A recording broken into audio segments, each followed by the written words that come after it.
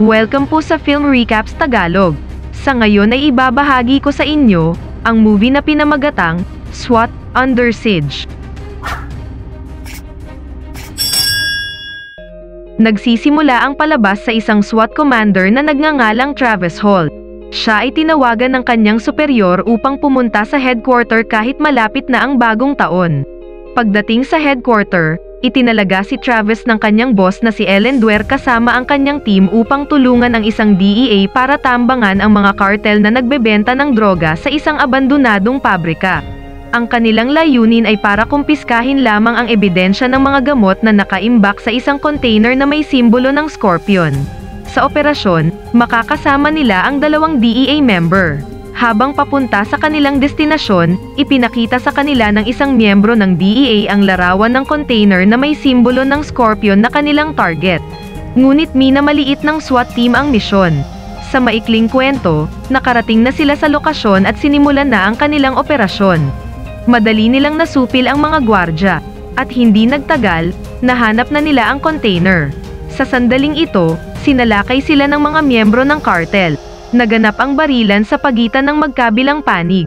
Kalaunan ay nagawang talunin ng SWAT team ang mga cartel at dinala nila ang isang miyembro ng cartel na nagngangalang Diego sa kustodiya.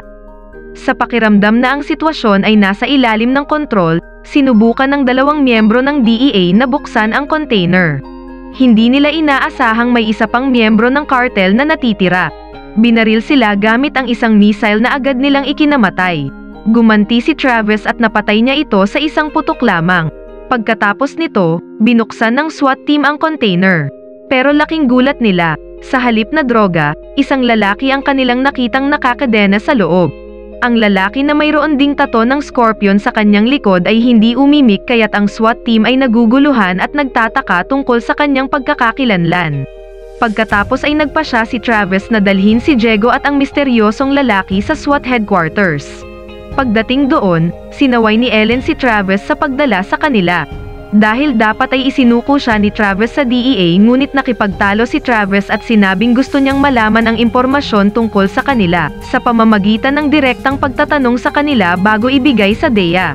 Lumipat ang eksena sa eroplanong sinakyan ng isang lider ng terorista na nagngangalang Lars at ang kanyang kanang kamay na babae na si Phoenix. Si Lars ang nakahawak sa misteryosong lalaki na tinatawag niyang Scorpion. Makalipas ang ilang sandali, nakatanggap si Lars ng balita na nakakulong si Scorpion sa headquarter ng SWAT.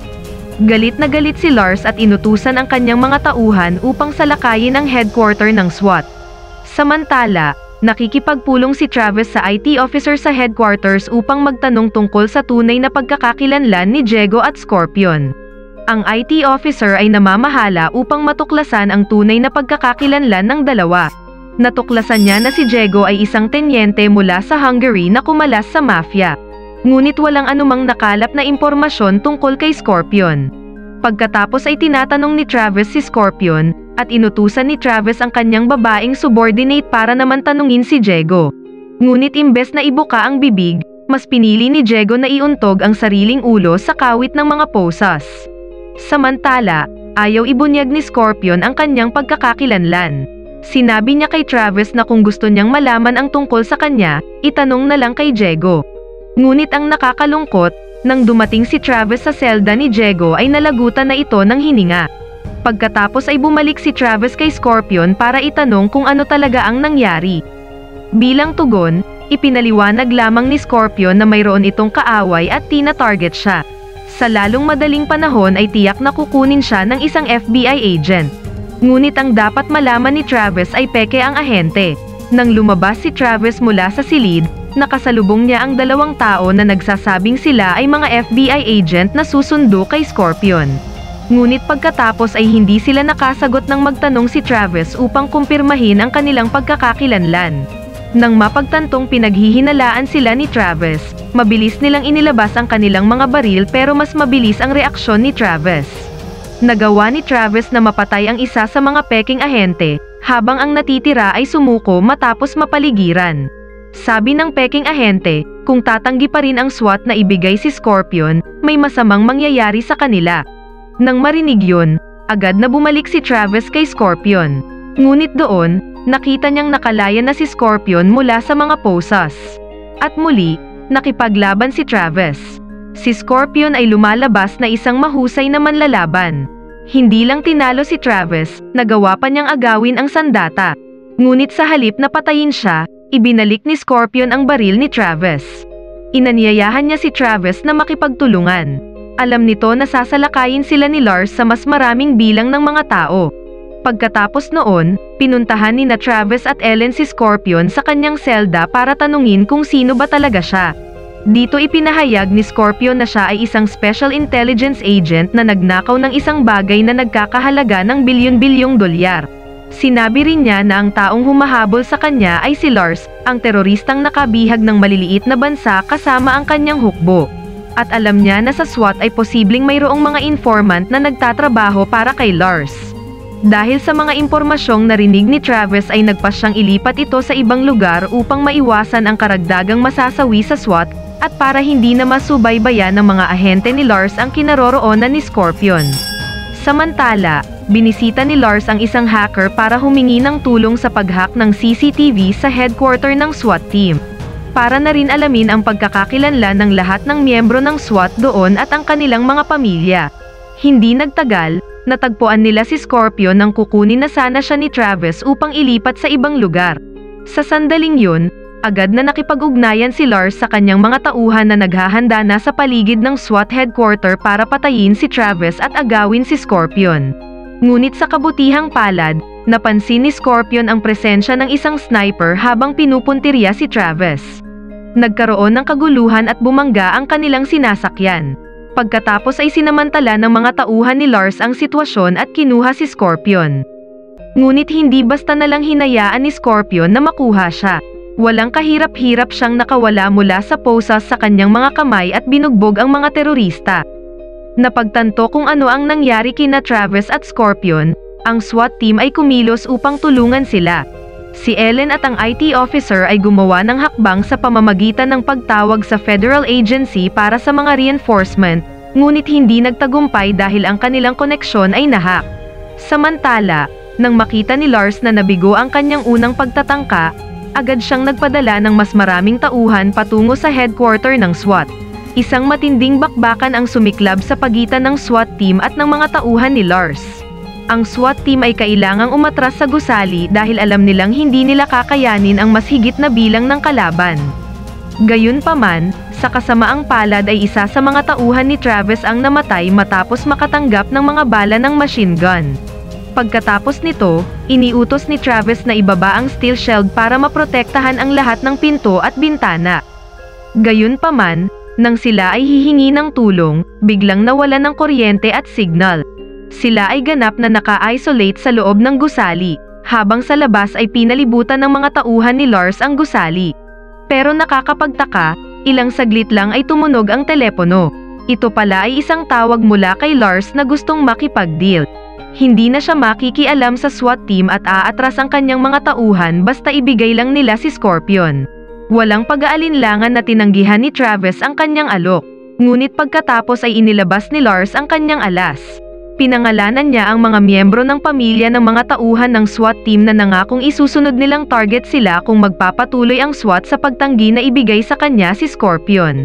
Sa huli, sinabi ni Scorpion na lalabas siya sa loob ng 10 minuto. Sa isang kondisyon ay kailangang walang idadamay si Lars sa sinumang miyembro ng pamilya ng SWAT team. Tinanggap ni Lars ang alok at pagkatapos ay naghanda sila ni Phoenix para kunin si Scorpion. Sa headquarter ng SWAT, inihayag ni Travis ang kanyang intensyon na huwag ibigay si Scorpion kay Lars at sa kanyang mga tauhan dahil may plano siyang bitagin sila. Para gumana ang kanyang plano, gusto niyang magpanggap si Scorpion bilang isang tauhan ng SWAT habang ang kanyang mga damit sa bilangguan ay isusuot sa namatay na miyembro ng SWAT na nabaril ng machine gun kanina.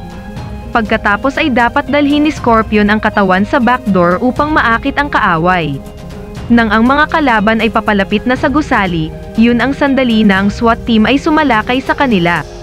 Sa sandaling bumukas ang steel shield mula sa likod ng gusali, agad na inutusan ni Lars ang kanyang mga tauhan na kunin si Scorpion. Ngunit pagkatapos, nakakita siya ng kurap ng liwanag na isang code. Sinasabi nito sa kanya na nahulog siya sa isang bitag. Sa pagkakataong yun, agad na pinaurong ni Lars ang kanyang mga tauhan. Naguluhan si Travis sa biglaang pag-urong ng mga terorista.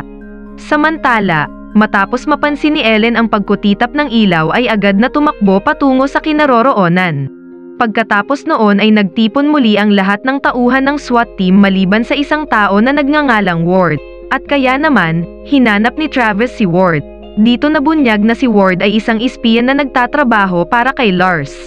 Pinalaya ni Ward ang peking ahente ng FBI mula sa kustodiya. Pagkatapos, siya at ang peking ahente ay pumunta sa basement upang sirain ang locking system ng gusali. Ngunit bago nila marating ang kanilang destinasyon, naabutan sila ni Ellen. Mabilis na nag-react ang peking ahente sa pamamagitan ng pagbali sa leeg ni Ward para makaabala kay Ellen. Matapos magtago sandali, binaril niya si Ellen at pumasok sa basement. Hindi nagtagal ay dumating si Travis. Sinabi sa kanya ni Ellen kung ano ang nangyari at kung paano naging ahente ni Lars si Ward. Sina Ellen at Travis ay nahuli sa pagdating. Matagumpay na na-disable ng peking FBI agent ang locking system ng gusali. Si Ellen at ang ahente ay naglaban saglit bago siya binaril ni Travis mula sa likuran. Ang gusali ay hindi na protektado ng steel shield kaya't ang mga terorista ay malayang makakapasok. Gustuhin man o hindi, kailangang harapin ng SWAT team ang mga sumasalakay. Dahil sa dami nila ay wala rin silang magagawa sa huli.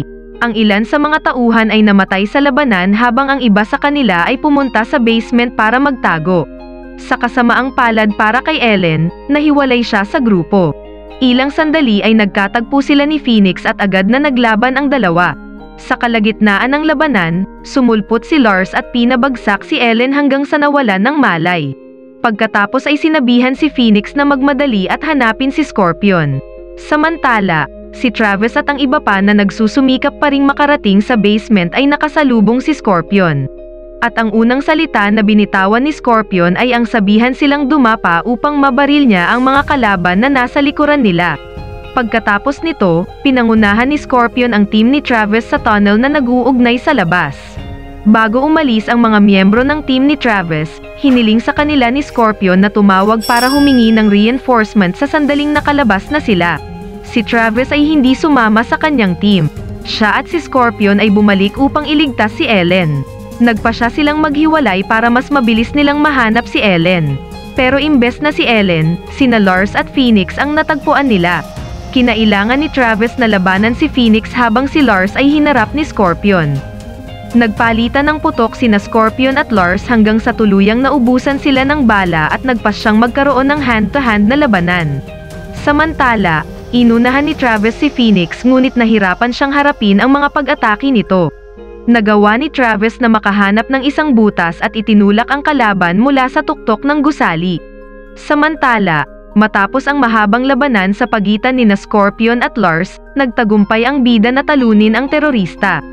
Matapos ang labanan, natagpuan ni Travis si Ellen na nakahandusay pa rin sa sahig. Pagkatapos ay naghintay sila ng tulong na dumating mula sa labas. Ngunit sa sandaling ito, biglang hinugot ni Scorpion ang microchip na nakatanim sa kanyang bibig. Ang microchip mismo na siyang hinahangad ni Lars. Naglalaman ito ng classified data na nagkakahalaga ng bilyon-bilyong dolyar. Walang pag-aalinlangan na ibinigay ni Scorpion ang microchip kay Travis dahil naniniwala siyang maaasahan si Travis na iingatan ang bagay. Gayunpaman, lumalabas na interesado si Ellen sa data na nakapaloob sa microchip kaya't dumating sa punto na nagpadala siya ng isang SWAT team upang agawin si Scorpion mula kay Lars. Binaril ni Ellen si Scorpion sa balikat tapos ay itinutok ang baril kay Travis.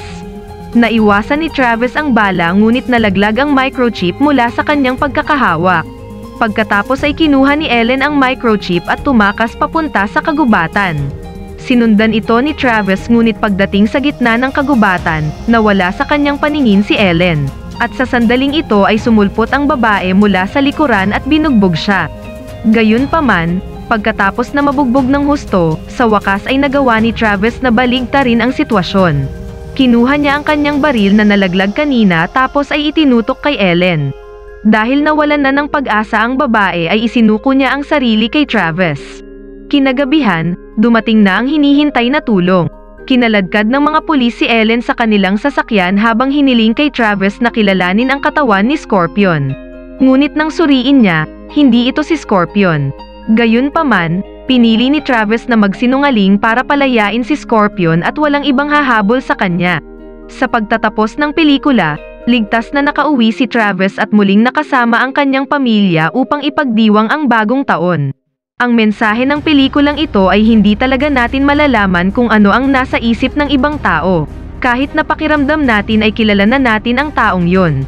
Gaya ng nangyari kay Travis. Pinagtaksilan siya ng kanyang mga katrabaho, mga taong dapat niyang pagkatiwalaan. Ngunit sa kabilang banda, ang pelikulang ito ay nagpapaalala rin sa atin na maaari tayong makipagkaibigan sa mga taong hindi natin naakalaing magiging posible, tulad ni Travis at Scorpion. Kung nagustuhan nyo ang palabas ay mag-like at mag-subscribe.